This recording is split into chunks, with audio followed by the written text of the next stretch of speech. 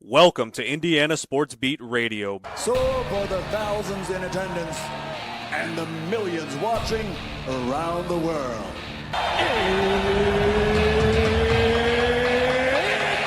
Time! Three on the way. Oh! It went in! It went in! And Indiana wins the ball game! Know your role and shut your mouth, you jabroni! Float game for the win! Ayler's gone. Come on, touchdown, Indy! Woo! IU! America!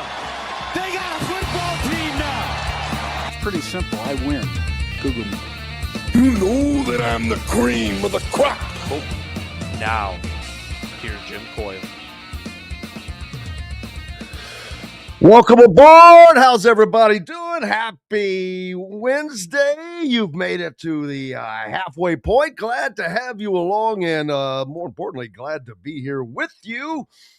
Not because it's warmed up, but just because. It's always a pleasure.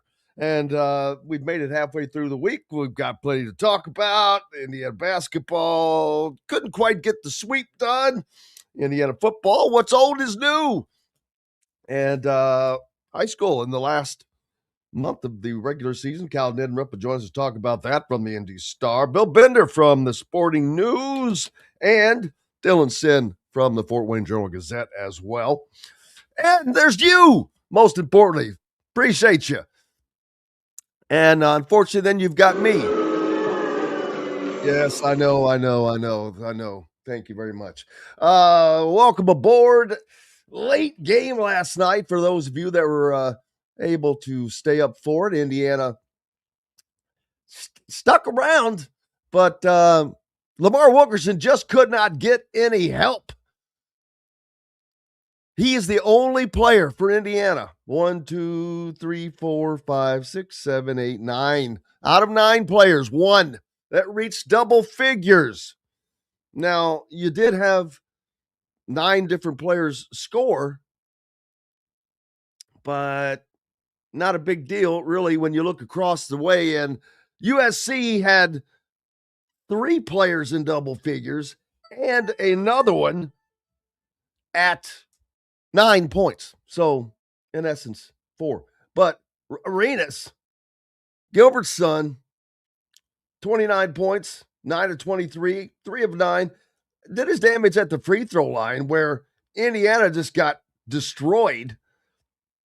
They finished the game 13 of 16, but USC 25 of 31. And that disparity was gigantic.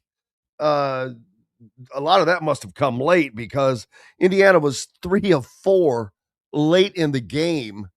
And it's like, then the other side of the coin is the offensive rebounding, where Indiana got just destroyed again.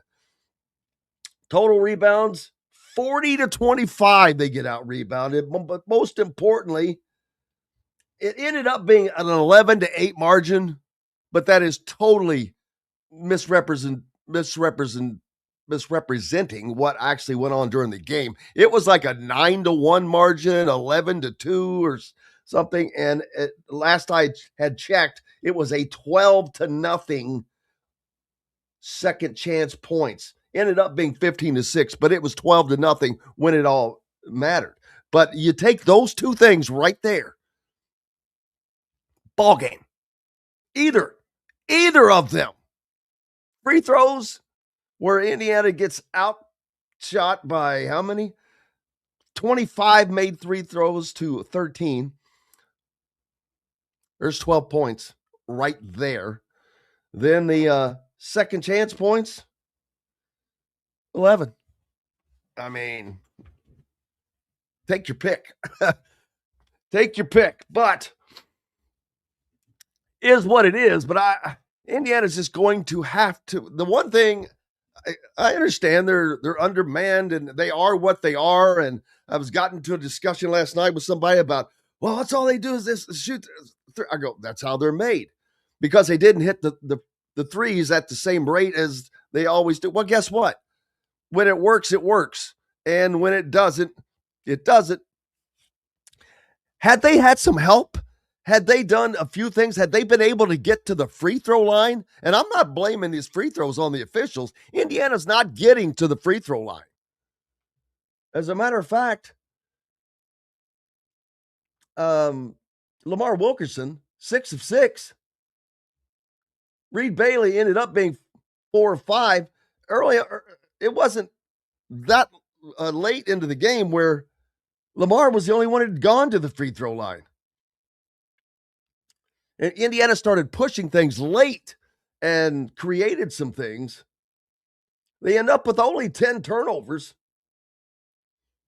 forcing USC into 15. But they've done an extraordinarily great job taking care of the ball. But the rebounding is just destroying chances to win certain games. And this is one of them. Not generally, you don't pick a specific area and say, well, this cost someone the game, because there's so many things that happen from start to finish. And just because it stands out more is not always the case. But in this situation, I think you can point directly at the inability for Indiana to not necessarily rebound themselves, but prevent USC from, or the opponent from getting these offensive rebounds. I mean, it was a wide margin for most of the game. It's going to be the difference. And they're a great free throw shooting team, but if you don't get to the free throw line, it doesn't really make a difference. And, 16 attempts, not close to their normal, but again, it wasn't even close to that late in the game. So a lot of that came late when they were pushing. But hey, it's not like they didn't come close. They almost swept this thing. And USC is not bottom of the barrel, and they're an NCAA tournament team. Although their metrics numbers are not great, I think that they're top 50. So it would have been a quad 1 win for Indiana. It turned out to be a quad 1 loss instead. But like I said, it could have been worse. It doesn't take much to scout. Yeah, I mean, they have not really deviated from their game plan. How's everybody doing? Appreciate you being with us on this Wednesday. Hey, if you're in and around the Bloomington area you might live here, or visiting for games and whatnot, Dave & Buster's Bloomington is the place to eat, drink, play, and watch. Enjoy half-price games Sunday through Thursday, and a new menu and next-level upgrades like private game suites and the high-flying human crane. Only at Dave & Buster's Bloomington on South College Mall Road. And for you folks down in southern Indiana, and I'm not making fun, I'm from there, go see our good friend Dr. J, Reynolds Family Dentistry. Keep that championship smile going there in Sellersburg. Sellersburg reminds me of yesterday when Jimmy Cruz was on with us. So fortunate to have him in Campbell's Corner. But he talked a lot about Steve Green, who's from Sellersburg, Bob Knight's first recruit. The one thing I forgot to ask, daggett, was about being around Jordan Hull's and J.C. Hull's, would have been J.C. Hull's dad, who was on Knight's first staff. I meant to ask that. I just forgot. But look to have him on again, man. That was so fun. It seemed like people really enjoyed that as well. Yeah, Jesse, Indiana is the easiest team to figure out. But even knowing it, well, I was going to say, even knowing what someone's going to do sometimes isn't always, you can't always stop it if they do it right. If they are doing it, I hate to use the word perfection, but it's close to it. If you can do that, then you're going to put a strain on everybody else. But Lamar Wilkerson, what a huge night. 33 points, 11 of 20 shooting overall. He was 5 of 12 from behind the 3-point line, 6 of 6 at the free throw line. Huge. Tucker DeVries continues to struggle. 1 of 9 overall. 1 of 8 behind the three-point line. He pulls down 6 rebounds, has 5 assists, 5 points on the night. They've just, I know he does a lot, but they have to get scoring out of him. It's just, you can't, in this league, in the Big Ten this year, you're going to have to, you've got to have 3 guys at least. And Indiana has that in Lamar Wilkerson and normally Nick Dorn, who had been the guy, but Nick Dorn also struggled last night. Nick Dorn and Tucker DeVries combine to shoot 3 of 21 on the night. But I could go down the line. Reed Bailey was only 2 of 6. That's not enough. You've got to bang. That's another reason why he's a great free throw shooter. Why not bang that ball inside? Well, I know why, because they were getting, who was the dude, the big 8-foot guy? Daggone it. I forget his name. But anyway, man, dude was blocking a lot. Hey, let's go take a break. Dylan Sinn's going to join us next from Fort Wayne Journal-Gazette. Glad to have you along. Back with more right after these messages. Andy Moore Honda Bloomington has the deals for you, like great savings on the remaining 2025 Hondas. First-time buyers get more than expected. The Honda Civic and HR-V are the most popular vehicles for first-time buyers in the U.S. Andy Moore Honda Bloomington also has a quality selection of pre-certified used vehicles. And check out the selection of Andy Moore Honda Bloomington's 2026 models, like the Honda Passport, Honda CR-V Hybrid, Honda Ridgeline, and more. ISB Radio with Jim Coyle is brought to you exclusively on The Zone by Andy Moore Honda of Bloomington, Bloomington's #1 Honda dealer. If you're looking for a new home in the Indianapolis area, you need Cheryl Sizemore from Brick and Ivy Realty. Cheryl Sizemore has over 2 decades of experience, and that could be the difference in getting the home you want in today's tough housing market. Reach out to Cheryl at CherylSizemoreSells@gmail.com or 317-701-0838. That's 317-701-0838. Let Cheryl Sizemore sell or find your new home today. Zach Browning here to tell you about an offer you simply can't pass up. If you're looking for the best coverage of Indiana football and basketball, which includes recruiting, weekly chats, podcasts, as well as access to the best national team out there, then look no further than thehoosier.com. The best part, it's just $1 for the first week. Oh, and did I mention that you get a full year of access to The Athletic when you sign up? You can't beat the coverage, and you can't beat the deal. So head over to thehoosier.com today and sign up for just $1. It'll be the best decision you ever made. Bored, Bloomington? Dave & Buster's can fix that. Eat and drink your way through our all-new menu. Play half-price games every Sunday through Thursday. Watch all your team's wins on a 40-foot screen and 30 HD TVs. And level all up with the high-flying human crane that puts you in the game. Private game suites, our exclusive arena, and more. Only at Dave & Buster's on 731 South College Mall Road. Welcome back, Indiana Sports Beat Radio on this Wednesday. Dylan Sinn from the Fort Wayne Journal-Gazette. What's up, brother?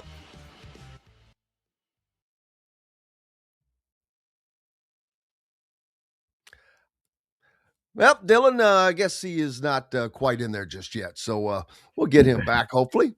Hey, he's joined us now. How's it going? I'm good. I'm good. Thank you for having me on, as always, Jim. Appreciate it. Yeah, always a pleasure. Indiana basketball completing their West Coast swing last night out in Los Angeles against USC, and try as they might, they could not get it done. And oddly enough, it's weird because it's not, I don't want to, bang on them a lot, because they kept hanging around and they kept giving themselves chances, but just not giving themselves chances. Even though they would get close, they were doing the same things that they weren't doing, not getting the offensive rebounds, not getting to the free throw line. Yeah, I mean, it was one of those things where they they just had a little bit of tired legs. I think Darren DeVries said it after the game. It was basically they were half a step slow. And Lamar Wilkerson kind of said it too, where it's a long trip, right? It is a very long trip, and they're not trying to make excuses, but it is the reality of the Well, Big Ten. see, You go I all the way disagree out with there, that. you It spend is a an week out excuse, there on the though. West Coast, and they play a double overtime game. Yeah. Yeah, Yeah. but I mean, And I understand, just like, you're because the not trip's like long, what does that matter? Sure. I mean, part of it was because they played 2 overtimes on Saturday and all that, Oh, and I forgot. I did they're forget about yeah, that. they were half a step slow, and they kept going. Yeah, that was part of it too.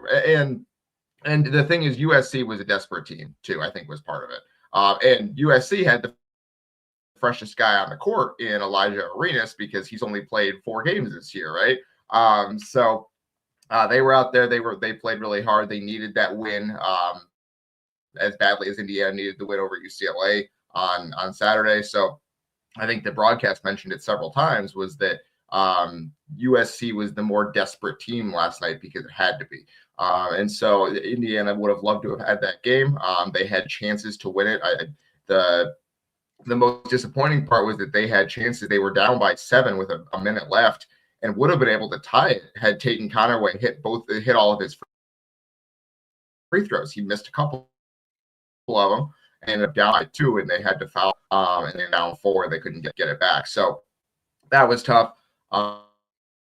But they did keep coming. I think to their credit, actually the ball very well. They kept coming. Like they were down by 1 in the final minute, despite Nick Dorn going 2 for 12 from 3, and Tucker DeVries going 1 for 8.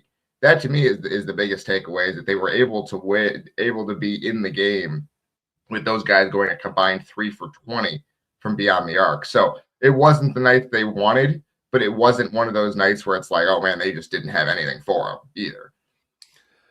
No, it's amazing that they were actually in the game and had a chance to win it, with the fact that Lamar Wilkerson is the only player that went for double figures for Indiana when USC had 3 plus 1 at 9 and everybody else scoring as well. He just could not get the help. Indiana, like I said earlier, not getting to the free throw line. And the offensive rebounding. I said, everyone could always try to pick out something that stands out. But in this case, it's easy. Offensive rebounding and not getting to the free throw line, because USC shot 31 free throws to 16 for Indiana, and it wasn't because they were getting screwed. They just weren't getting to the rim. And then the offensive rebounds, it was a 12-0 second chance points bulge late in the game. And you can just take your pick on either one of those, Dylan, and you lose the game either way. Yeah, absolutely. And it was interesting. You said they weren't getting to the rim. They were getting to the rim. They just weren't going up as strong as they needed to. I think that was something Darren DeVries said after the game, was that they had a lot of looks at the rim. They just need to do a better job of going strong and drawing some of those fouls. Because there were some times where they had the ball at point blank range and they would go up, and USC had, I think, 8 blocks in that game. Like, it was really impressive what USC did in the paint to keep IU from not only scoring but also getting to the foul line. So we'll have to see whether they are able to get better at that. I think Reed Bailey especially is someone who it kind of comes and goes from game to game, whether he's really going strong at the rim. And he did that a little bit last night. There was a stretch toward the end of the first half where he was really attacking the rim, and he did a good job. But there was also a stretch where he really struggled. So we'll have to see. That's something they need to focus on. They need to get better at. They need to just do a better job of, when they get around the rim, go up strong, right? Because that is something that USC was able to take away from them when they got in the paint, was just, hey, we're not going to let you score easily, so you better really attack, because otherwise we're going to foul you. There you go. And Robert said, we can analyze it to death, but the truth is IU simply got beat. On to the next game. Well, no, it's not that simple, man. When you get beat, you have to figure out, okay, why did we lose this game? And sometimes it's pretty obvious. This case, it was pretty obvious, but it's not something that hasn't shown its self before in this rebounding. But this was a stark difference. But you said it earlier, USC, and I mentioned earlier, they're a tournament team right now. Their metrics are not as good as, say, Indiana's, but they're ahead of them in the Big Ten. They're ahead of them record-wise, and they're ahead of them head-to-head with a win over them. So they're fighting for their tournament lives as well. And Indiana's living in this dangerous position right now.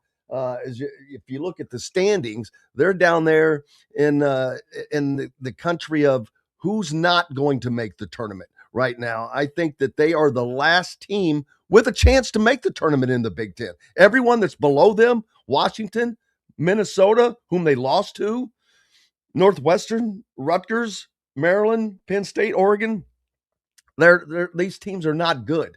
So Indiana is at the bottom of what is good in the Big Ten, I guess you would say, and they're the bottom of the good. They're the 1, 2, 3, 4, 5, 6, 7, 8, 9, 10, 11th. 11 teams are not making the NCAA tournament from the Big Ten. So they're going to, you can easily see, Dylan, you look down there, Iowa, Ohio State, USC, and Indiana, and UCLA, if you want to put them, they're above that. But that group right there, they're going to fight each other. Somebody is not going to come out of that alive, meaning they're not going to make it to the NCAA tournament, at least one of those teams. And Indiana has work to make up now, even though they had things going their way with the 3 straight wins, and this was a hard-fought game. It didn't get the win, and ultimately they're going to have to now make up for it someplace else.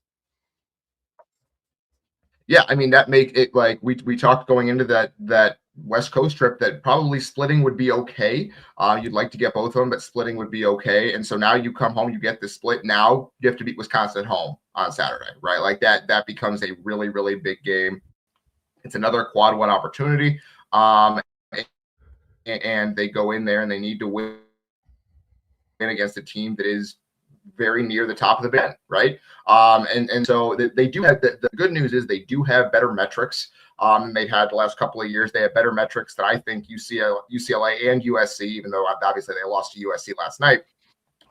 They have better metrics than Ohio State, I believe. So there are teams that they have better metrics than in that bucket, right? Like you talked about. And I think you're right. I don't think the Big Ten's getting 11 in.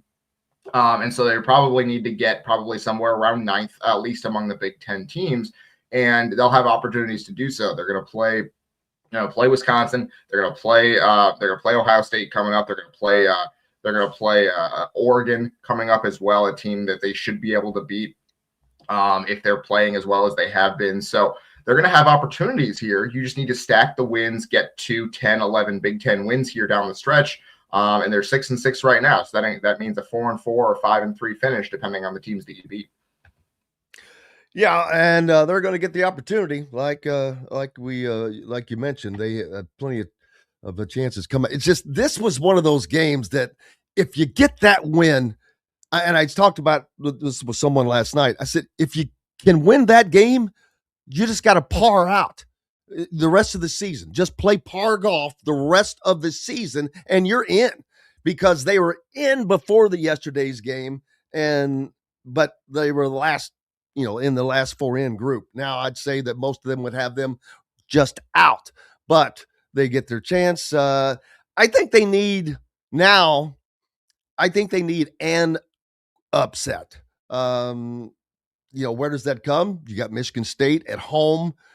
I don't see them going to Champaign and winning. Illinois is playing pretty damn good right now. They are Michigan and Illinois 10-1 in the conference, without question, head and shoulders at the top. Nebraska, Nebraska's not even the top 2 right now, and they've been one of the best teams of the season. Dylan, overall, they are 20-2. You've got. I mentioned this yesterday. 1, 2, 3, 4, 5, 6, 7, 8, 9, 10, 11 teams in the Big Ten that still only have single-digit losses overall. And That's pretty deep. That's more than half. That's probably 60% of this. That's not going to stay that way because Indiana is going to end up with double-digit losses. They're 15-8, and I don't think that they're going to finish the season with only 2 more losses. But can they get to 20 wins? Yeah. I mean, that's the thing. Like, it is the same position they've been in the last couple of seasons, where if you get to 20, you're probably in, but it's going to be a tough road there. You're probably the most likely scenario to me is they go into the Big Ten tournament at 19-12, and they need a win in the Big Ten tournament to really shore up their spot. Right? That to me is the most likely outcome for this season. If you kind of look at the rest of the schedule, and that's kind of the position they've been in the last couple of years, and so we'll have to see how it goes there. But you're right. And play Purdue there. Obviously, they already beat Purdue once. Can they do it again on the road? That would really help. Obviously, you talked about the game against Michigan State at home. You got to go to Illinois. That's the thing with the Big Ten is that it's so deep. You're never going to get a night off. You're never going to get one of those where it's like, well, that's an easy win. We can just kind of mark that off even before the game starts. But on the other hand, you're going to have a lot of opportunities to get big wins when you need them, right? You're never really going to be out of the fight because if you can stack a couple of wins regardless, you're going to feel pretty good because the quality of the wins is going to be high based on how difficult the schedule is. So it's a double-edged sword. If you win some games, you really put yourself in good position. If you don't, you're in big trouble. And so every game from here on out is huge for Indiana. And they, again, 10-10 is the minimum to feel like you have a shot going into the Big Ten tournament. 11-9 in Big Ten play probably gets you in. 9-11, you're probably out unless you roll through to the Big Ten championship or something like that. Yeah, I've got them at 19 wins, and that's par. That's par golf for the rest of the year. If they get to 20 in the regular season, they're in without question because that means they're going to have to win either at Ohio State, at home against Michigan State, or at Illinois or at Purdue, which either of those 4 would be an upset win and a quad 1 win, more importantly. But the most likely would be Ohio State. But Ohio State is a team that's also going to be in that desperation mode of needing to win because they're in that group that I talked about down there with teams in the Big Ten with Indiana.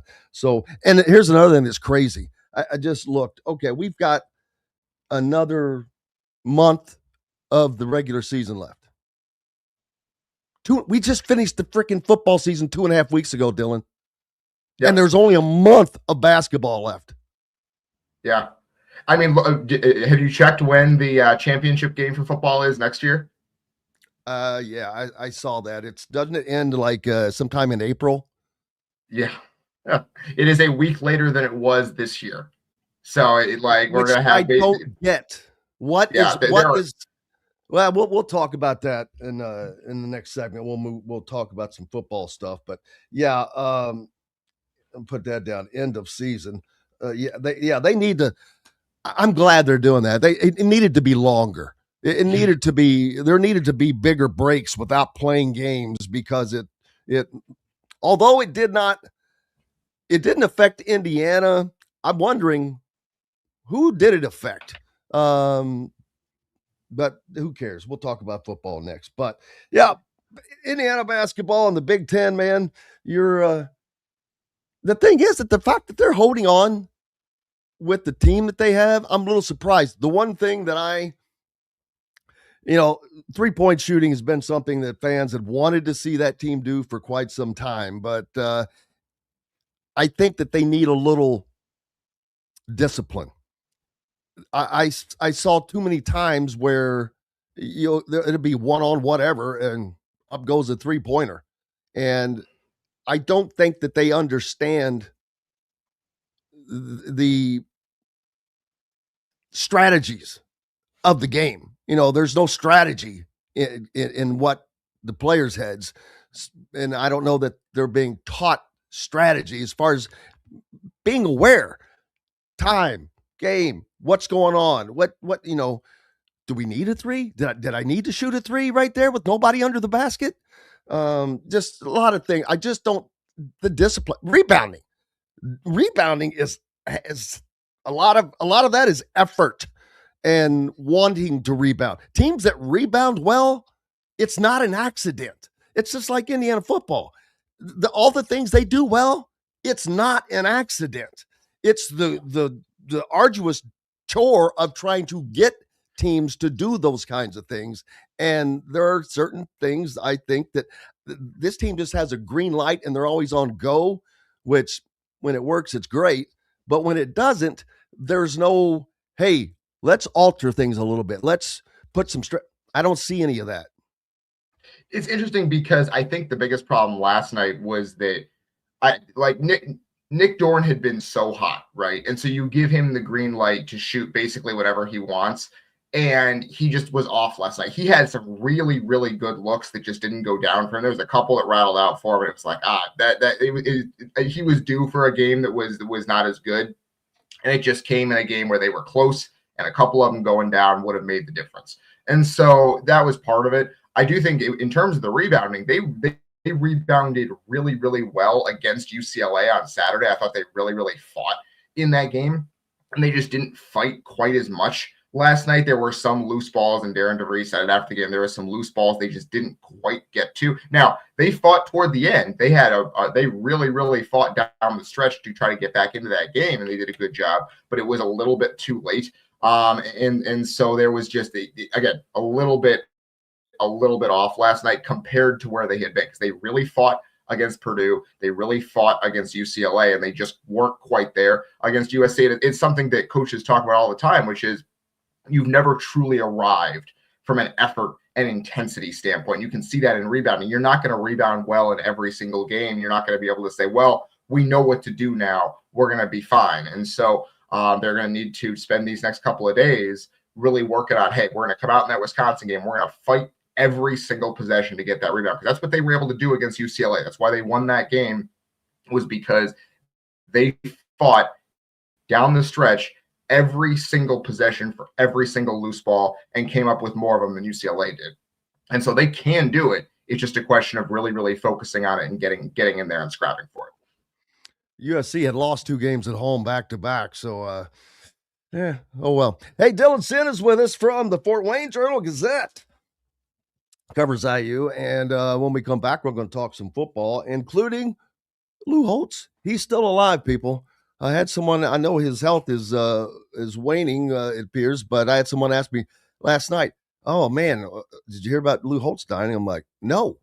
And he goes, you're in sports and you don't know this? And well, I found out why. I didn't know, because it's not true. But lots more coming back right after these messages. Glad to have you along for the ride. Right after this break. The ISC Sports Network is your home for sports content across the Hoosier State.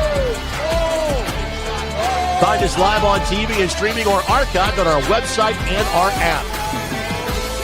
The ISC is your one-stop shop for the content you want to see, including high school sports, college sports, and other great events throughout the year. Subscribe to our streaming service and get access to it all. ISC, local lives here. If you're looking for a new home in the Indianapolis area, you need Cheryl Sizemore from Brick and Ivy Realty. Cheryl Sizemore has over 2 decades of experience, and that could be the difference in getting the home you want in today's tough housing market. Reach out to Cheryl at CherylSizemore@gmail.com or 317-701-0838. That's 317-701-0838. Let Cheryl Sizemore sell or find your new home today. Andy Moore Honda Bloomington has the deals for you, like great savings on the remaining 2025 Hondas. First-time buyers get more than expected. The Honda Civic and HR-V are the most popular vehicles for first-time buyers in the U.S. Andy Moore Honda Bloomington also has a quality selection of pre-certified used vehicles. And check out the selection of Andy Moore Honda Bloomington's 2026 models, like the Honda Passport, Honda CR-V Hybrid, Honda Ridgeline, and more. ISB Radio with Jim Coyle is brought to you exclusively on The Zone by Andy Moore Honda of Bloomington, Bloomington's #1 Honda dealer. Dave & Buster's Bloomington is the place to eat, drink, play, and watch. Enjoy half-price games every Sunday through Thursday, a new menu to dig into, and next-level upgrades like private game suites, the high-flying human crane that puts you in the game. our exclusive arena, and more. Only at Dave & Buster's Bloomington, 731 South College Mall Road.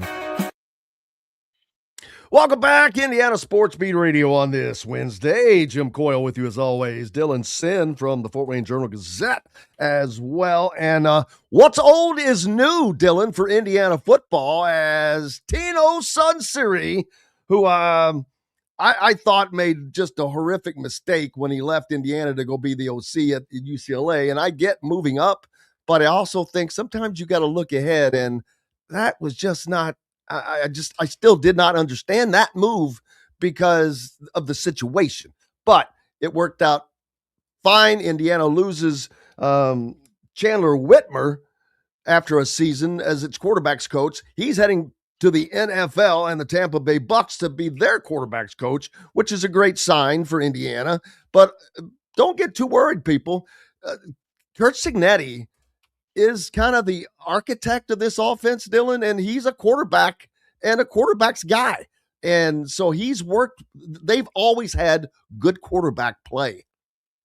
Yeah, I mean that's something that Curt Cignetti really prides himself on is being a quarterback guy. He's developed quarterbacks over the years. He likes to talk about how basically for 5 years in a row now they've had either the Conference Player of the Year at quarterback or Curtis Rourke, who was second team All Big Ten and ninth in the Heisman Trophy voting. So he is a quarterback guy himself. Tino Sunseri did a great job developing Curtis Rourke. He did a great job over those last couple of years with Curt Cignetti at James Madison, developing multiple quarterbacks into stars at the FCS and FBS level. And honestly, losing guys to the NFL, if they're taking the same position in the NFL, if you're going from quarterbacks coach at IU to quarterbacks coach in the NFL, that's a good thing, right? Like it really, really is. You can't be upset about it because it just means that your program is successful and you're going to be able to attract top talent when that's the case. And so Sunseri is a very good quarterbacks coach. We know this, that he's someone they want to have in the program if they can.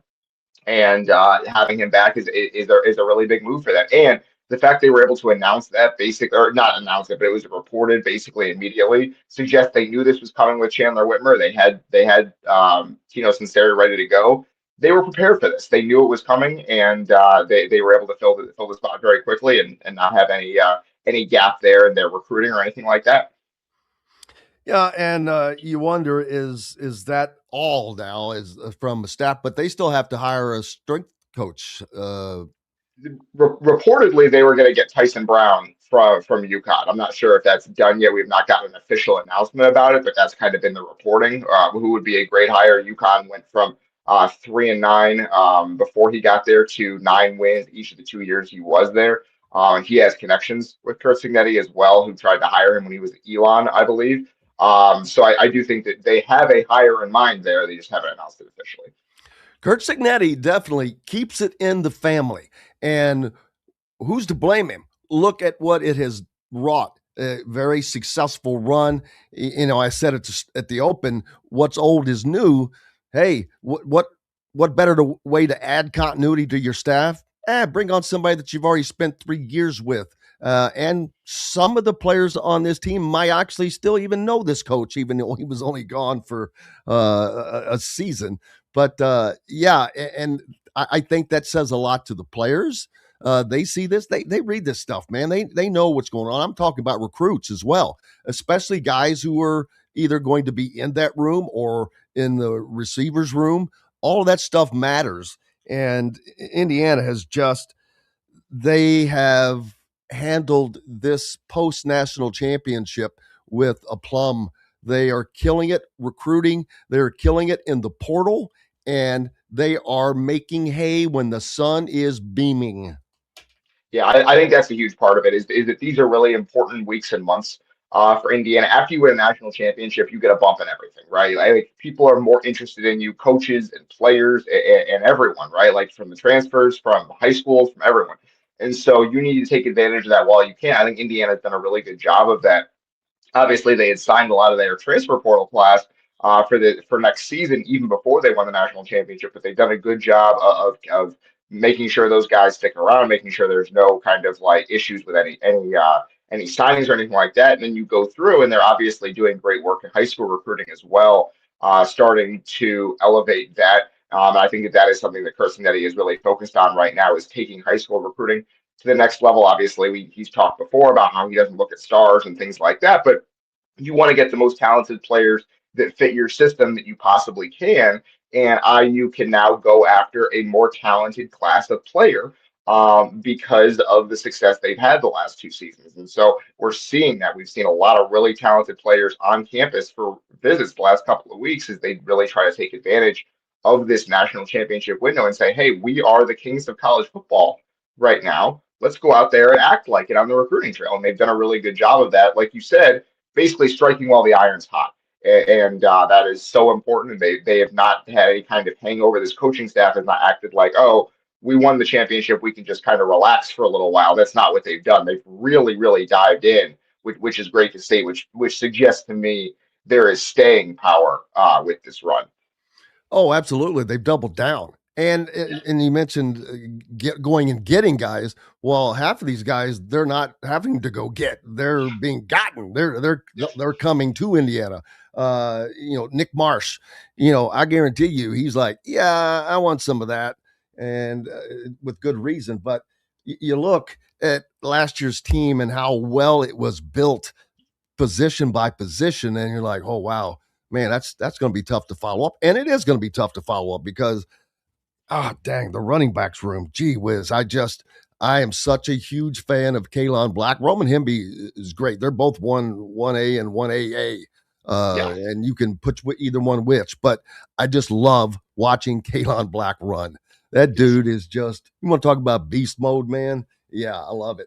But next year, they get Lee Beebe back, who went down early. And that looked like that was, devastating at the time. It's actually was probably a blessing because it did two things. You maintain him for another year. A, B, you get Kobe Martin some time. And now he's going to be part of this three-headed monster with Turbo Richard.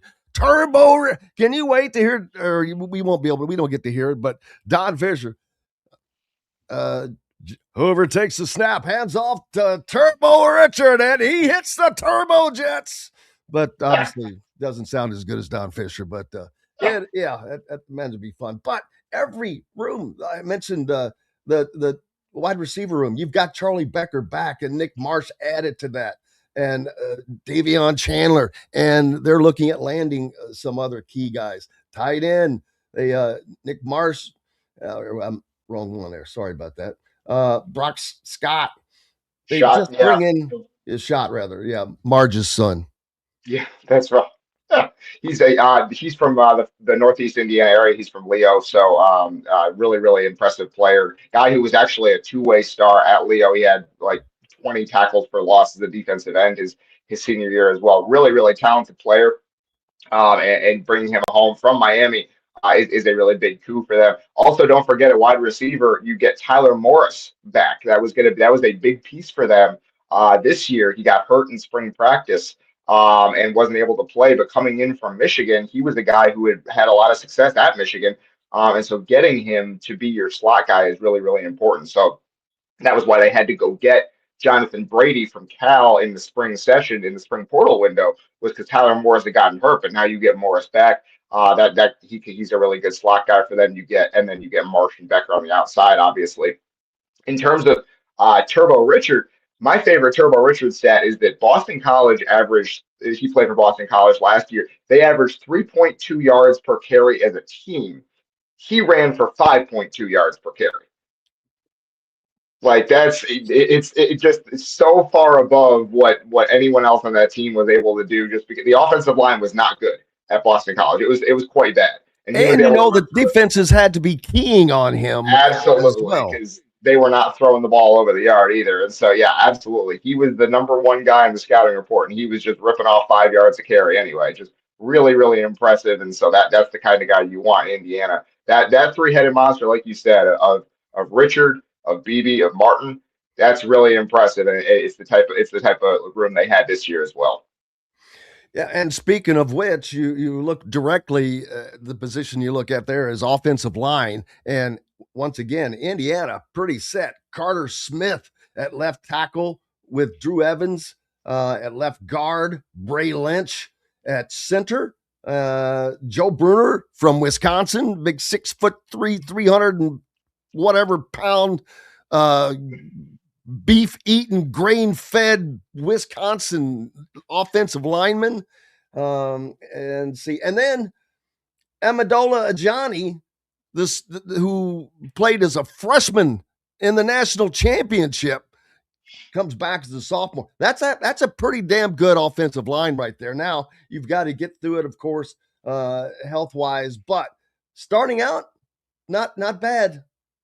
Not at all. I mean, that's 4 starters back from this year, right? Like if you want continuity, and I think that is something that we've talked about on this show, but I think people nationally are not really aware that IU is getting 12 or 13 starters back from his championship team, right? Like it's not one of those things where they're losing everybody and they need to totally reset through the portal. No, that's not what happened. They're getting a fair amount of starters back, a lot of them along the offensive and defensive lines. And so they're going to have a really good foundation in the trenches, especially on offense where, like you said, 4 starters back. Bruner is a huge pickup from the portal, guy who was really good at Wisconsin, a really experienced guy, the type of guy that they want to get out of the portal. I mean, that left side with Smith and Evans, that is one of the best left side of the offensive line that you're going to see in college football next year. Really experienced, really tough, really strong. Absolutely outstanding. And then the question mark is, and I think they can answer it positively, is does Ajani take that next step, right? Because he was okay as a freshman. If there was a weak link on the offense, it was that right side of the offensive line. But he was and to be okay. fair, again, we're talking about a freshman here, right? Going Exactly. against guys that are going to be playing in the NFL this year. Absolutely. And so you just need him to take that sophomore leap, be there as a third-year guy in the program. He's a redshirt freshman, so third-year guy in the program. Take that leap where you're getting into being a really solid guy. And if he does, you feel really, really good about where that offensive line is going into next season with the weapons they have, the quarterback they have.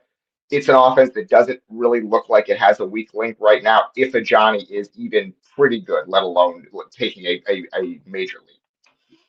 One place where they're still strong, but they are going to need some depth is on the defensive line, where they have starters back again. The defensive tackle, Tyreek Tucker and Mario Landino, both back. Again, starters that, well, Mario Landino, I don't think he started out as a starter, but through attrition, ended up being that, but ended up playing a huge role in the CFP run. But those two are back on the line.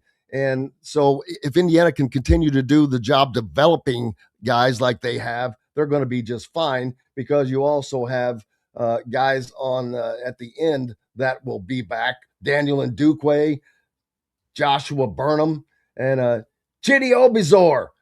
Yes. Yeah. They did a really good job. Like, you could tell that they felt that defensive end was the position they really needed to shore up the most, because obviously you get Ndukwe back, but you lose Mikhail Kamara, you lose Stephen Daly, you lose Kellen Wyatt. So they went out and got 3 guys from the transfer portal on the defensive end who have been significant contributors before. Joshua Burnham from Notre Dame was not exactly a starter, but he was basically like right in that rotation. Very, very good player, very strong, very fast, will help Indiana significantly next year. And then you got both of the guys from Kansas State who were both very good players for the Wildcats, including, like you said, Chidi Obiezor. So IU has answers there at defensive end. And then you talked about Landino and Tucker. It's interesting, and this is kind of how it works in the transfer portal era. IU lost James Carpenter and they lost CJ West from the 2024 teams. They loaded up at defensive tackle last offseason in the portal. They went and got Hosea Wheeler from Western Kentucky. They went and got Dominique Ratcliffe from Texas State. And they got Tyreek Tucker back.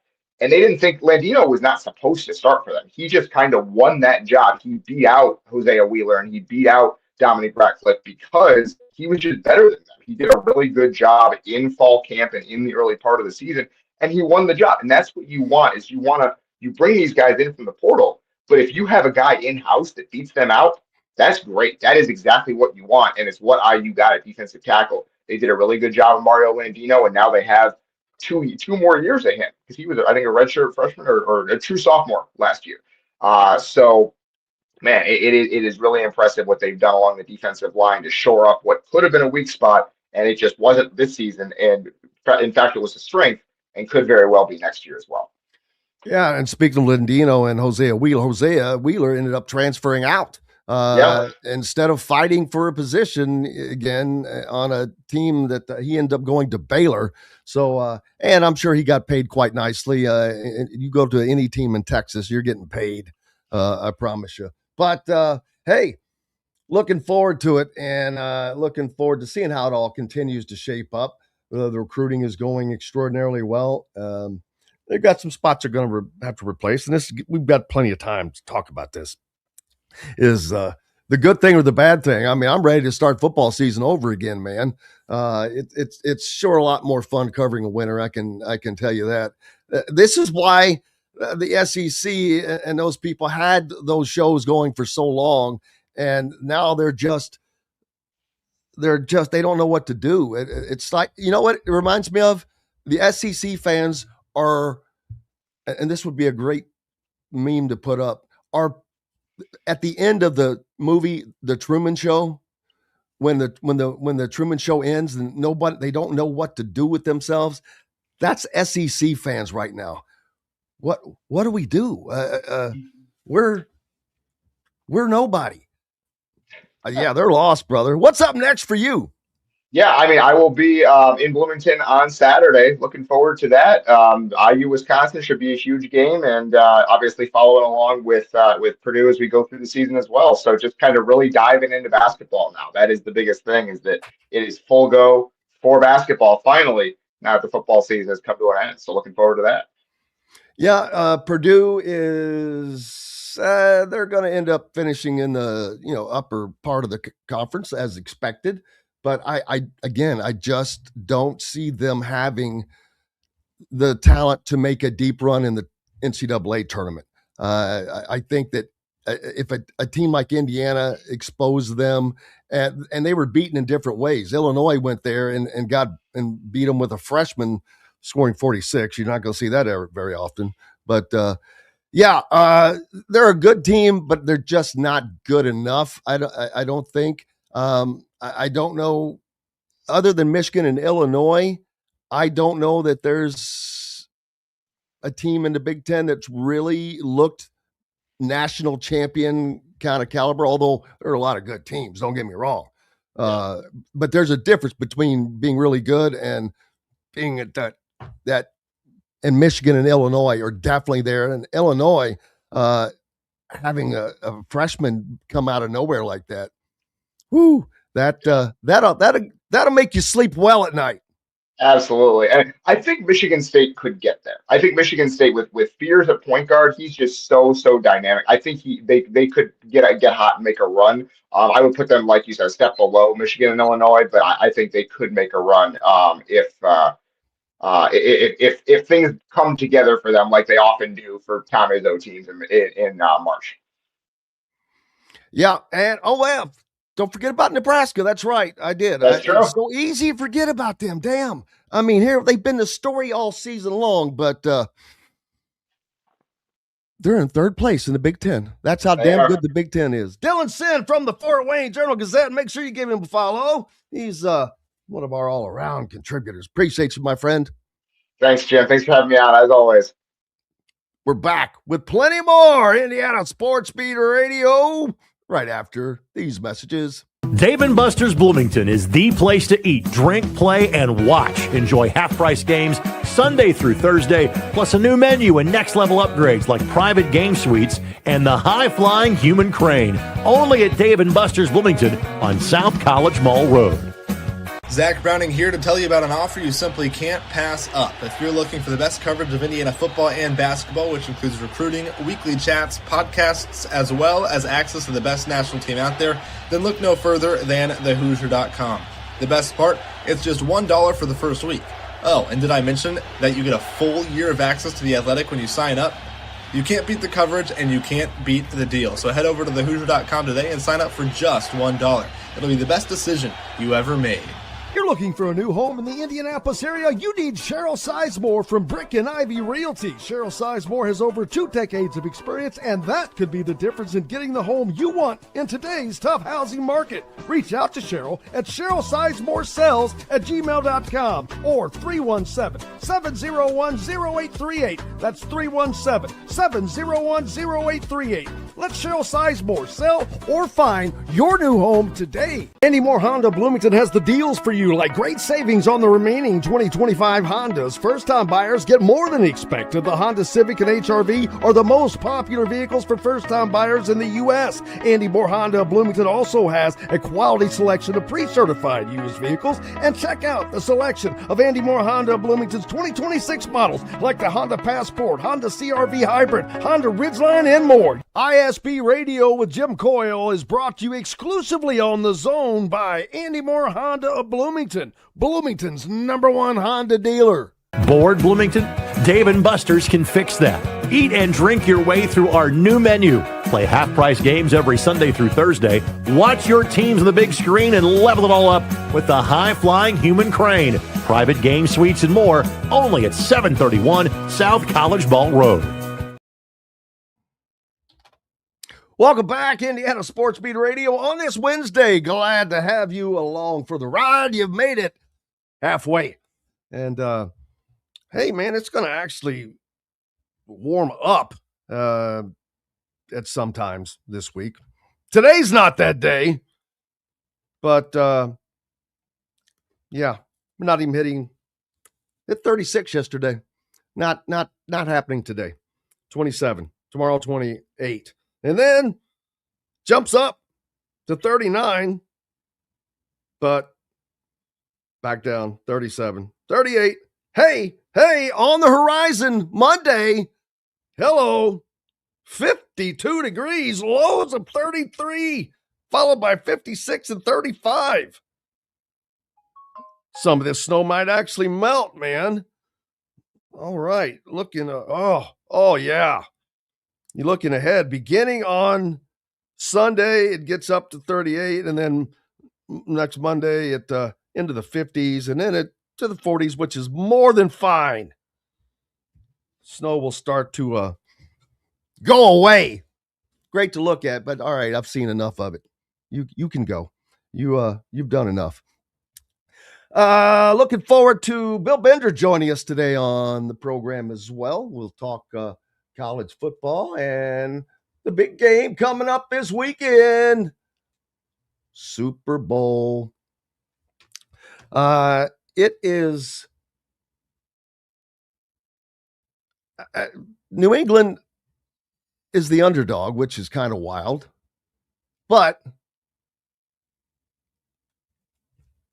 I'm trying to think how many times in the Super Bowl, but I'd have to look it all up because they played in so damn many. But how many times would they have been the freaking underdog? I'm sure early on in that run, maybe, but not very many times. So that's unusual, but just for them to get there. And then speaking of the Patriots, Robert Kraft, after Bill Belichick was ceremoniously not inducted into the Hall of Fame on his first time around, Robert Kraft also not taken in his first time around. So we'll talk about that later. Kyle Neddenriep from the Indy Star. Been a minute, brother. How you doing? Hey, doing well, Jim. How are you? Relaxed. I was talking to Dylan Sinn earlier, and I started thinking, I'm like, damn, the high school basketball season is in the last month of the regular season, but we're only 1 month away of the college basketball's regular season ending. There's only a month left. We just finished the football season 2.5 weeks ago, Kyle. It's crazy what happens when football season goes on and on and on and on, isn't it?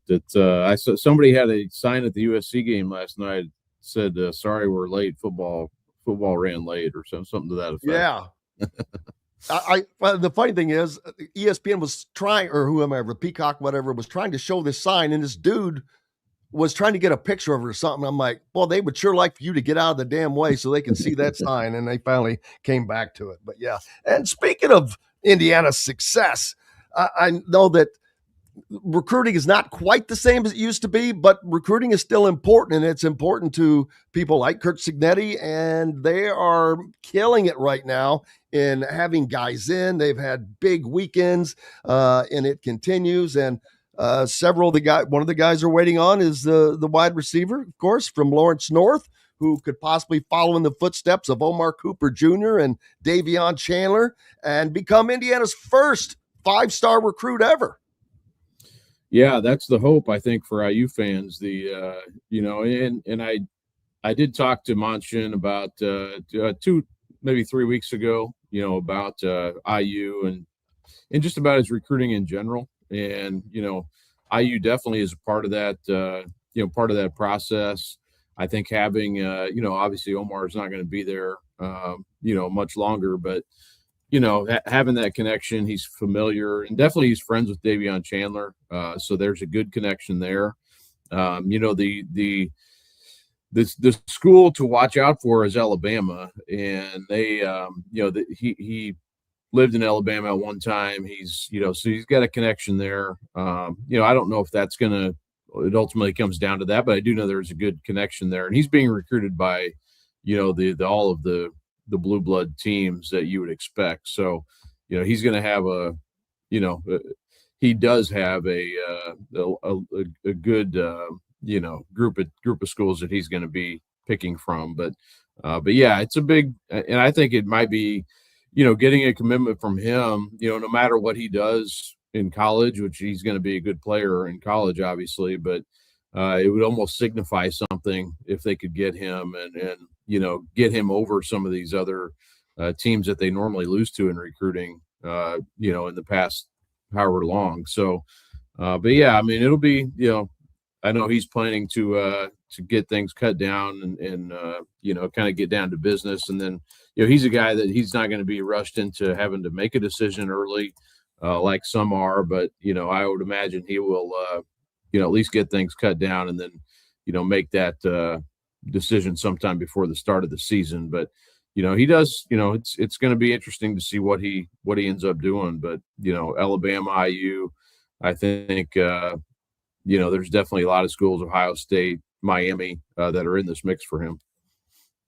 Yeah, and no doubt. I mean, that's usually the case. We see it happen when anytime where it's Caden Curry or any of the top ranked players that are offered that are if they're a 5-star, they're going to get offered by everybody because that's who goes after those guys. And that's not something Indiana's never had or landed a 5-star player. And we're making a little bit of a deal about it, but then all we talked about the previous season was how they're built on the opposite of that they're built on development, talent, and development, and having an eye for the right guys with the right fits. But at the end of the day, if you're bringing in some 5-stars, you're bringing in guys that are generally just more athletic, and doesn't guarantee something, but it usually gives you a better place to start from. Yeah, for sure. And I think, and IU has always been a school that in-state kids have liked. And, it's been but to see it flip like this where you're winning and also, kids want to go there. I mean, it changes the whole viewpoint on everything. Now the transfer portal, obviously, as you mentioned, you're not recruiting high school players maybe like you once did because of the portal, but you still want to get these top guys, and they're in the mix for a lot. I mean, Mason McDermott from Noblesville is another one, offensive lineman. Mason Oglesby from New Pal. He's definitely has IU high on his list, if not the highest on his list. There's so they're even beyond Sales, who is a 5-star. There are quite a few, 4-star players and 3-stars that I think would fit, what IU wants. And, Caleb Elkins from Warren Central's defensive back's another one, has IU high on his list. Brandon Sharp out of Brownsburg, receiver, who I think is going to be really good in college as well. And he's starting to get, I know Alabama had, is looking, talking to him now. But I think IU has a head start on him. Jace Brewer from Franklin Central is another one. He has a pretty wide range of schools after him. So there's a lot of really good players in this class that, it's a very deep class, and it has high-end talent too. It's a fun class to cover. Having covered a lot of these guys have been playing already for, at least 1 year, if not two, at a pretty high level. So, it's a really good class. And I think if you can get a few of these guys, it would certainly signify something for IU.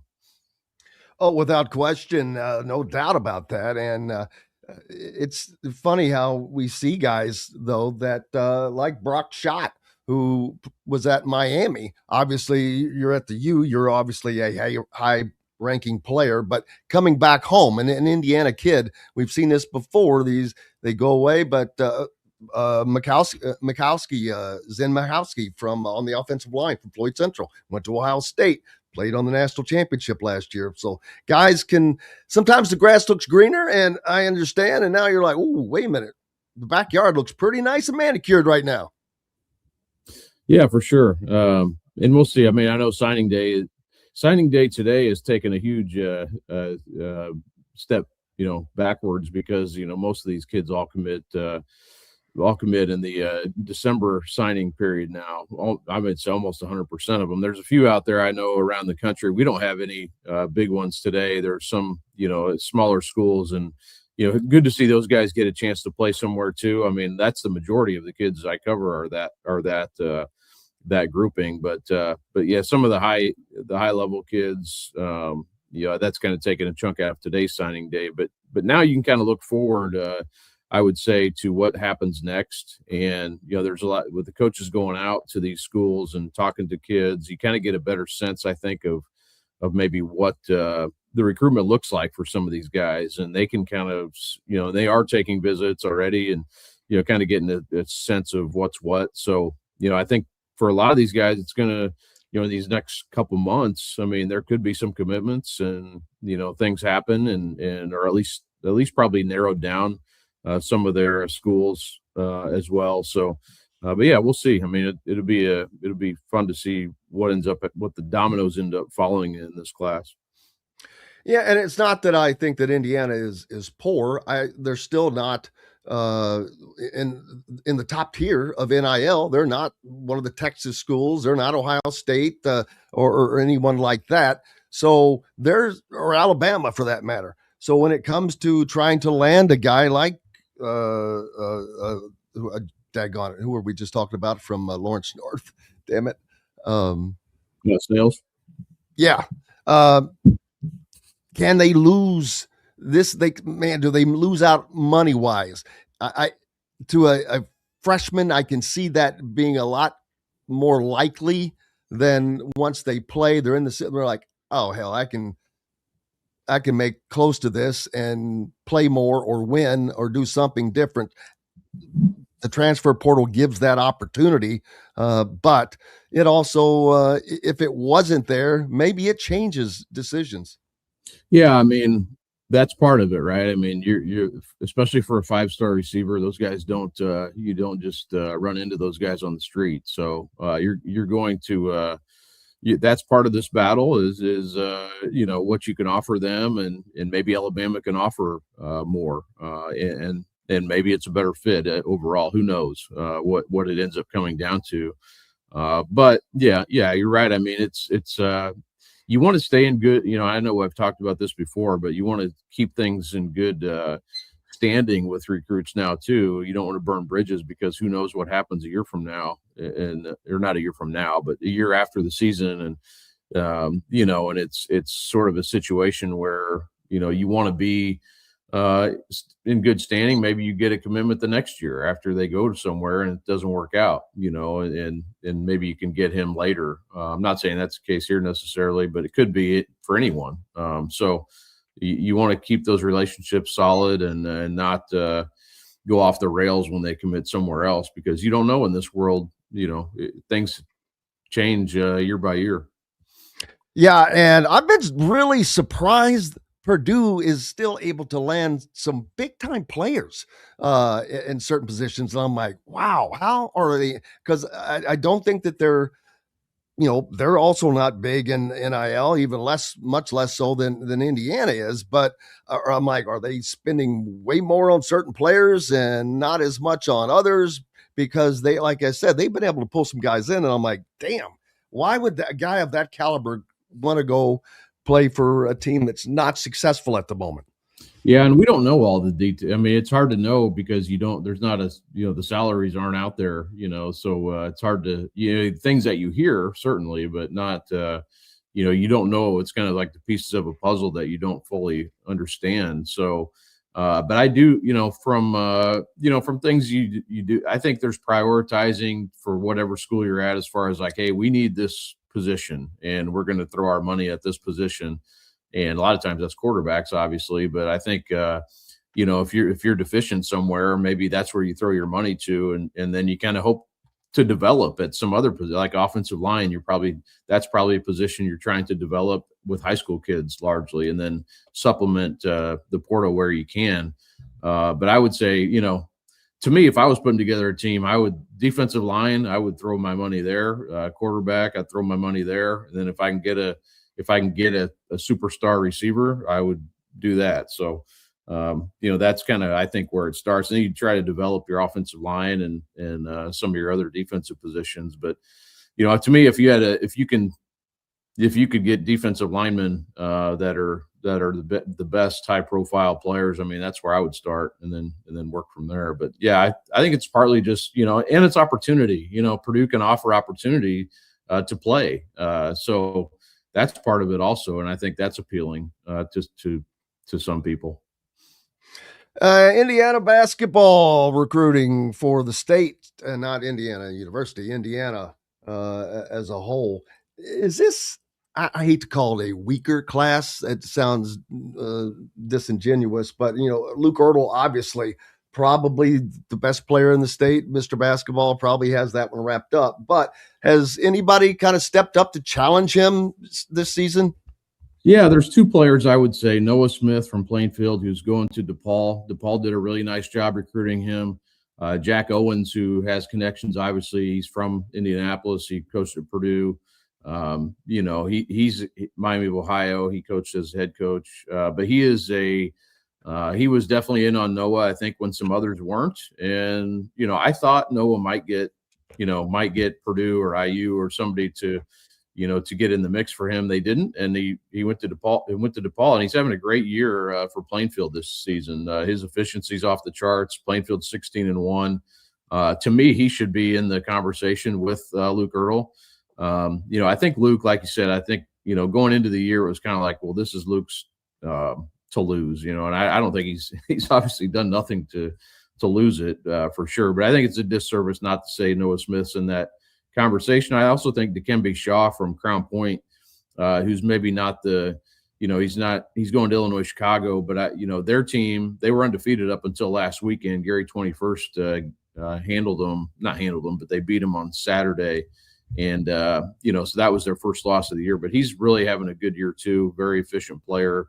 So those three, I would say would be, and I think also Caldwell from Silver Creek, who's going to Richmond. He's a really good player too. Silver Creek's more of just a balanced team to a large extent. They score a ton of points, and they are really, really good. And they beat that was Plainfield's only loss. So, but I think if you're looking for another one, maybe he's one that you put in the mix. But yeah, Ertl's numbers are crazy. I mean, he's won at a high level. It seems like every big game they play, he's some doing crazy stuff to help them to a win. So it's hard to go against him. But I'm always kind of I veer to the side of like keeping an open mind. And to me, Noah Smith, I don't know what he's doing about all you can possibly do, and he's just a really solid offensive player, sweet shooting, hits the mid range. He can hit threes. He's 6'8", 6'9", so he's got size to him too. So really having an outstanding year for that Plainfield team. Yeah, and it's great to see because we like to see guys that spread the wealth. To your point, though, you were saying it's kind of a down year. I would say, yeah, I would agree. This senior class, sorry I didn't answer your question, but yeah, I think it's a little bit down from definitely from last year. And honestly, and I don't mean to sound negative when I say this, but overall, I think this year is not as strong of a year in high school basketball just because we lost. I mean, last year's class was really, really outstanding. It was a deep class, one of the deepest classes I've covered, the 2025 class. And so a lot of teams aren't as good. There are teams who are better, but even like Ertl's team, they are, he's making up for a lot of deficiencies just because of how good he is. That team last year was actually probably better overall than this year's team, but there are a lot of teams that just aren't as, I see a lot of the teams that I cover, and obviously exceptions, and it's still a good year, and there's a lot of good teams out there, and some teams have improved, but overall, I would say it's just slightly down from last year as far as the highest level of basketball, but that's partly because that class last year was so good, and this year's class is just not as deep.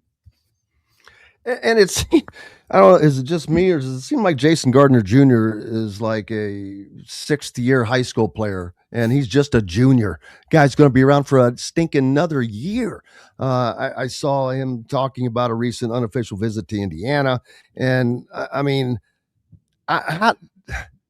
does anybody get him away from Arizona? His dad's an assistant coach there, played there.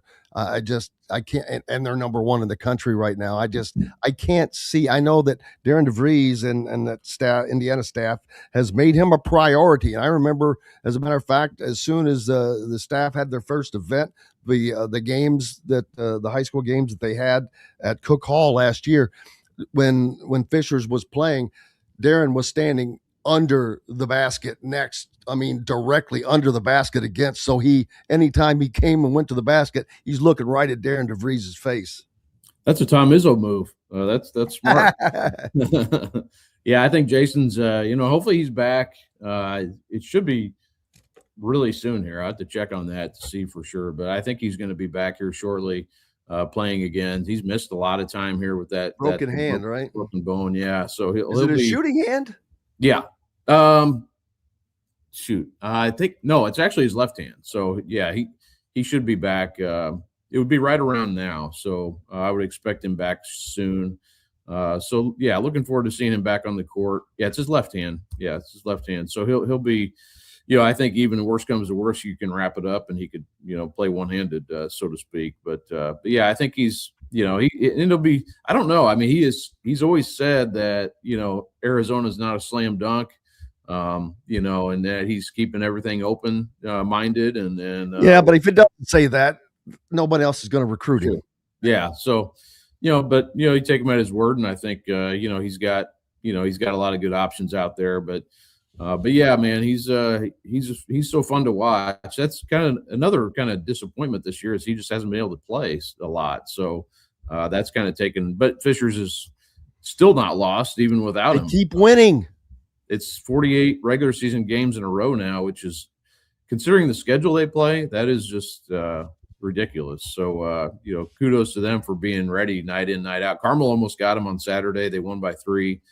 So that'll be a knockdown drag out in the sectional, most likely. Carmel's very good, and they can compete with Fishers. So they're one of the few teams out there that can, though. I would say, if they can get through the sectional, and then you're probably looking at it, potentially Crown Point down the road again. Crown Point keeps running into them in the semi-state. This maybe could be the year that they could do it. We'll see about that. But yeah, it's pretty incredible. Now they're going to get Gardner back. So you're adding one of the best players in the country back to your lineup. What's up next for you, brother? It's girls sectional week, so I'm helping out kind of on the back end with that, and I'll be going out to a game on Saturday for the girls, but also going to a couple boys games this week. Ben Davis plays Pike. Should be fun tomorrow night. See what that's a potential sectional preview as well, and then I haven't figured out yet for certain on Saturday afternoon, probably going to afternoon game and then covering a girls game that night. So, but yeah, we're getting down to it, man. It's that week weird week of the girls section where the boys games are Thursday night and Saturday afternoon. So that usually tells you you're getting pretty late into the season.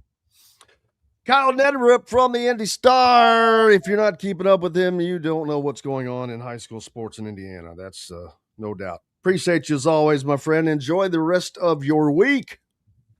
You bet. Thanks, Jim. Thank you, sir. Kyle Neddenriep from the Indy Star. We've got more coming up. Bill Bender from the Sporting News is going to join us. Plenty more happening here. Back with it right after these messages. Andy Moore Honda Bloomington has the deals for you, like great savings on the remaining 2025 Hondas. First-time buyers get more than expected. The Honda Civic and HR-V are the most popular vehicles for first-time buyers in the U.S. Andy Moore Honda Bloomington also has a quality selection of pre-certified used vehicles. And check out the selection of Andy Moore Honda Bloomington's 2026 models, like the Honda Passport, Honda CR-V Hybrid, Honda Ridgeline, and more. ISP Radio with Jim Coyle is brought to you exclusively on The Zone by Andy Moore Honda of Bloomington, Bloomington's #1 Honda dealer. If you're looking for a new home in the Indianapolis area, you need Cheryl Sizemore from Brick and Ivy Realty. Cheryl Sizemore has over 2 decades of experience, and that could be the difference in getting the home you want in today's tough housing market. Reach out to Cheryl at CherylSizemoreSells@gmail.com or 317-701-0838. That's 317-701-0838. Let Cheryl Sizemore sell or find your new home today. Zach Browning here to tell you about an offer you simply can't pass up. If you're looking for the best coverage of Indiana football and basketball, which includes recruiting, weekly chats, podcasts, as well as access to the best national team out there, then look no further than thehoosier.com. The best part, it's just $1 for the first week. Oh, and did I mention that you get a full year of access to The Athletic when you sign up? You can't beat the coverage, and you can't beat the deal. So head over to thehoosier.com today and sign up for just $1. It'll be the best decision you ever made. Bored, Bloomington?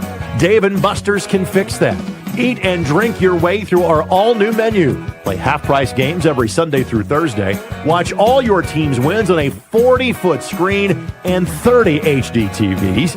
And level it up with the high-flying human crane that puts you in the game. Private game suites, our exclusive arena, and more. Only at Dave & Buster's on 731 South College Mall Road. Welcome back, Indiana Sports Beat Radio. On this Wednesday, you made it to the halfway point. It's all downhill from here. It's going to start getting warmer. If you're enjoying the snow, start taking pictures. It's not going anywhere fast, but it's going to be going away as the temperatures will be rising for February. Love to see that. That's not, we don't see that very often, but we'll take it. It's so funny. They had a Groundhog Day marathon not too long ago. It was on Groundhog Day, I guess, which was just the other day. It's been so long since I even watched that movie. I just said, oh, why not? Let's go ahead and watch it. It's kind of funny. But I love Bill Murray. Big Bill Murray fan. Hey, for those of you following along on social, hit the like button, please. Thank you very much. Takes so little time, so little effort. Indiana basketball back at home this weekend after their West Coast swing, taking on Wisconsin, who is playing well. I mean, that would be a quad one win, I believe, if they can get that job done. Indiana football recruiting we've been talking about as well. And high school basketball entering the last month of the regular season. So Tino Sunseri brought in as quarterbacks coach for Indiana after Chandler Whitmer is heading to the Tampa Bay Buccaneers to be their quarterbacks coach. And I'm surprised that was all that they lost. Chandler Whitmer and the strength coach. And there was talk of at least one other position coach that may be leaving for an elevated position. I don't think that's come to fruition, But that position, ironically, is still not been filled at this particular team. So it just makes you go, But that's that. In the rest of the world of sports, big game coming up this weekend, the Super Bowl. What are you got plans? You got people coming over. You making stuff. What is your favorite thing to make? Favorite thing to eat for Super Bowl? I don't really care. I'll be honest with you. I just love all. If there's a Mexican dip, I'm in. I'm in. Big 7-layer Mexican dip. I try to make some of that stuff in the crock pot sometimes, and it doesn't always go well. But you keep on rolling. Indiana, speaking of their recruiting class, basketball, Trevor Manhurts, who is a 2027 class, but he's going to move to the 2026 class. Number 71st rated player overall. Von Corvala, new rivals ranking at the 74th player overall. And Prince Alexander Moody is now the number 92nd player overall. Did not have a previous ranking. Is now the number 43 shooting guard.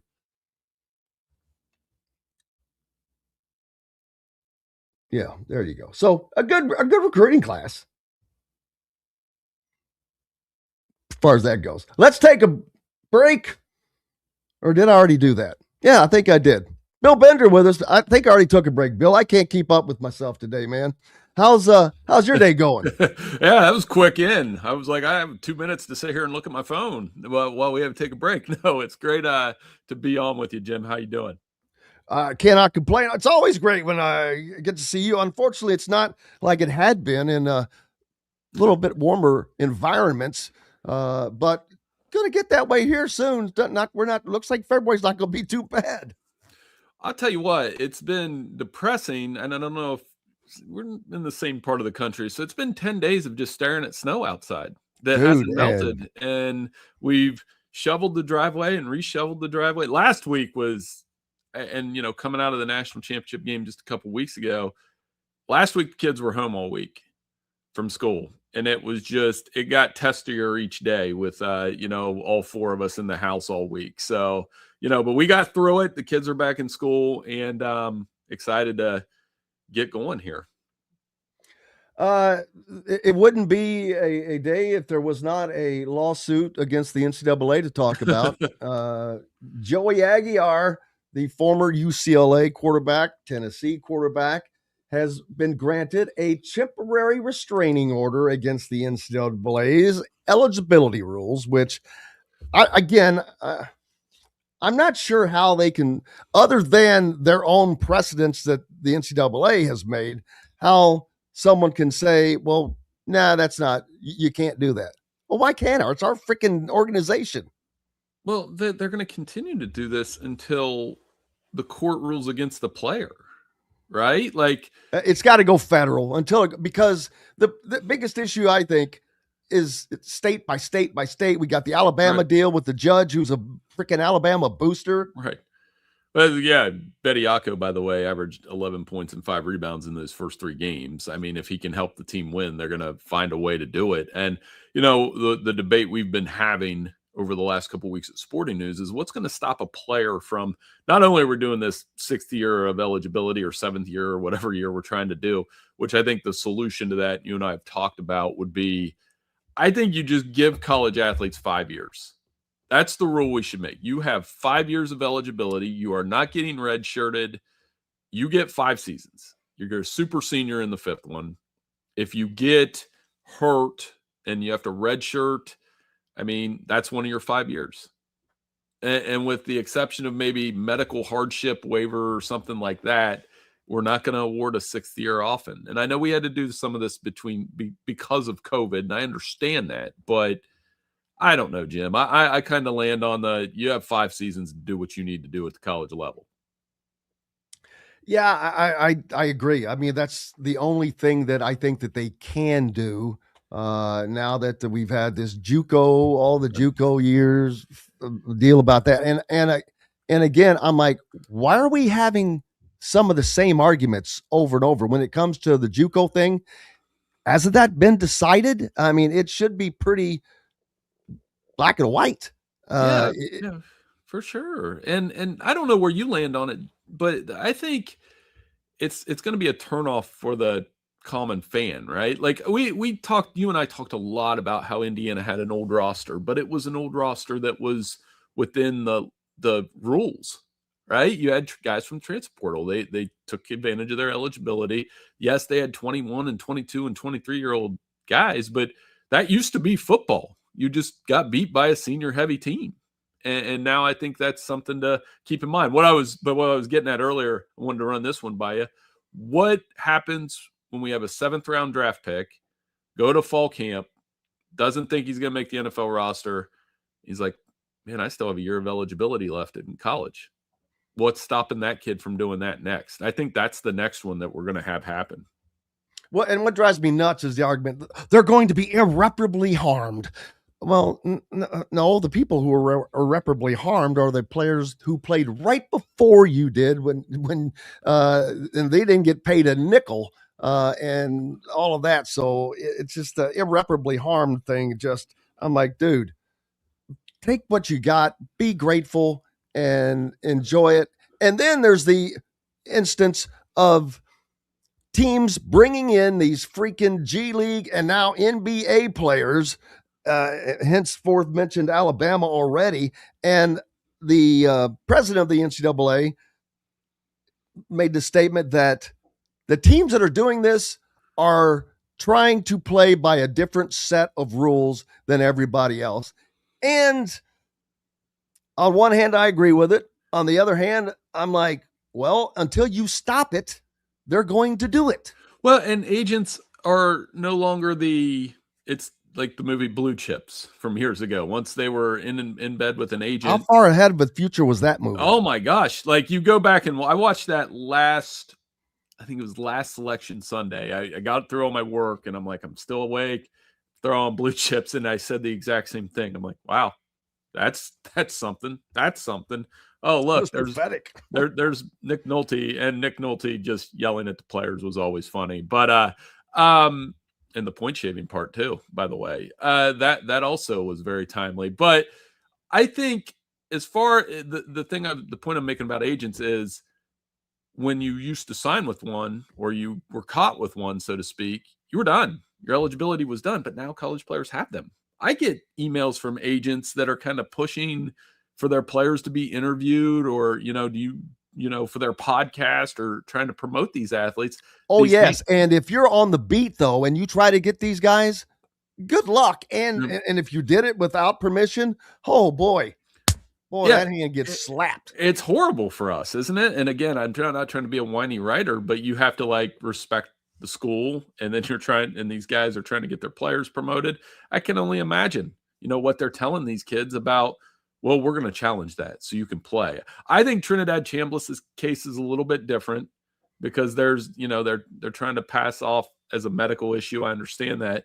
But Bediako and even Joey Aguilar, I mean, is this what we're going to do? And like I said, I think you bring up a great point. Until this goes federal, we're going to continue. You and I are going to continue having this conversation over and over and over again because I think the players, in most cases, are going to win.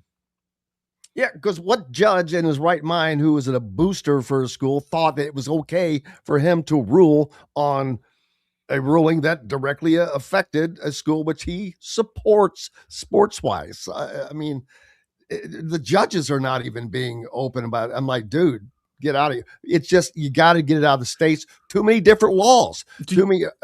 So it's. Do you think the judges know the difference between, in most cases, because some judges might not know anything about sports, right? Like, I think that a lot of the time is the case. Do you think the judges know what we know about the difference between college athletics and professional sports when, let's be honest, the lines have blurred a little bit? I don't think that I think that they look at it as especially in the Alabama case. I don't know what the hell they're looking at because the dude played in NBA games. Right. Played in. Not was just sitting on a bench. Played in. What are we doing? I mean, wow. You want to talk about hiring an agent and getting a comeback. This is not hiring an agent. This is walking onto an NBA floor. Right. So, and any judge that thinks that that's okay, I'm like, what is wrong with you? When I find myself agreeing with John Calipari on every point that he makes, we're in a bizarro world for sure. But I mean, John knows, you could say John's doing this out of self-interest. No, John and these older coaches, they know what's best for the sport. I agree, but I find it funny when guys who were on the other end of certain things prior to start chirping, Nick Saban is a great example. I mean, I have nothing but respect, and I think he is probably the greatest college football coach ever. No doubt about that. But I also think that Alabama cheated their ass off during that run, and that's what the SEC did. And it doesn't matter. But it's a fact. I mean, gee whiz. I mean, it's not like that this is any secret. But when those guys start, it's like, oh, well, you're getting beat at your own game now. Yep. Yeah. And, Nick Saban for sure. Like there's that. I always said it was always an eye roll when he would say stuff like that because, you're not hurting at Alabama exactly with your endless line of first round and NFL draft picks. But in his analyst life, he does make some salient points about what's good and what should be good for the sport. I've always thought if they had a commissioner, he would be on that short list of guys. Though when you talk about commissioners of college football, it's guys like David Cutcliffe, like the ultimate good guy that you have to have in that spot. It's confusing. Doesn't have a lot of baggage. Well, it's confusing times. And the other thing I wanted to talk to you about, Jim, is I don't know if you saw the calendar yesterday that somebody said, so Josh Pate tweeted that the midpoint of the college football season next year, from beginning of the season to the middle to this January 25th national championship game, the midpoint is November 11th.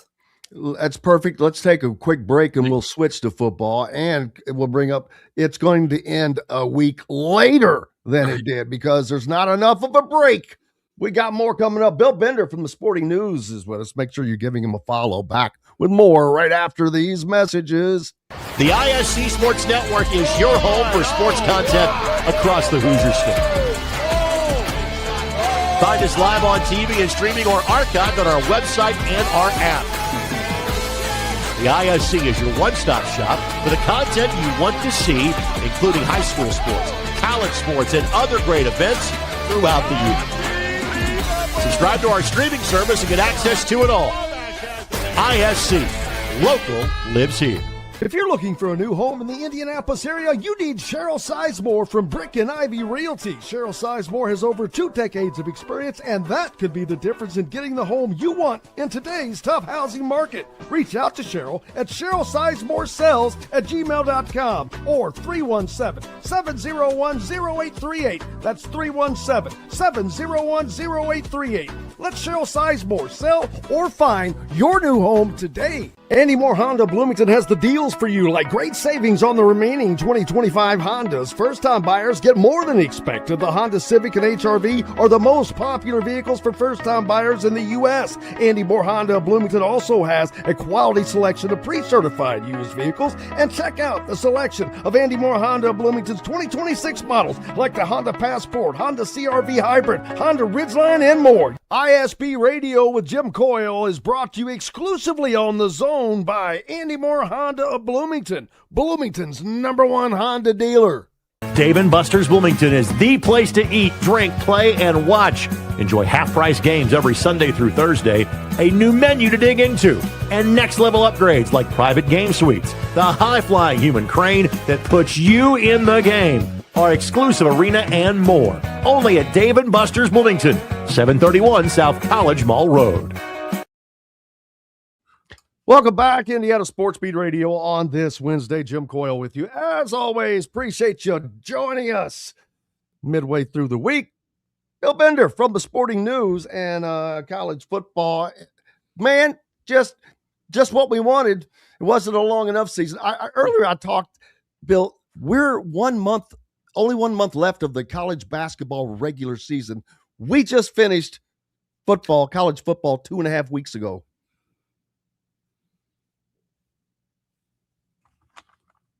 Can you Bill lost his there you go. You back? Yeah, I was here the whole time. I lost you there for a second. Okay.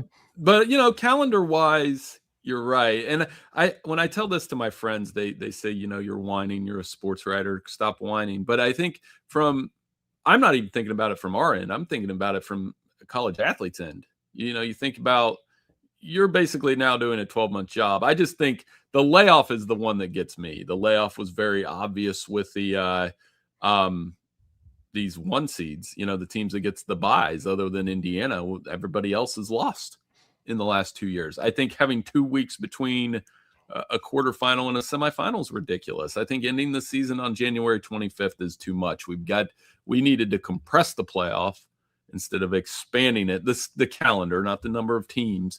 And I think college football missed an opportunity here coming off Indiana's national championship run, which 30 plus million people watched. It created a lot of excitement. I compared it to, and I know, Mike DeCourcy, my colleague, I compared this with him. I said, NC State won the national championship in '83.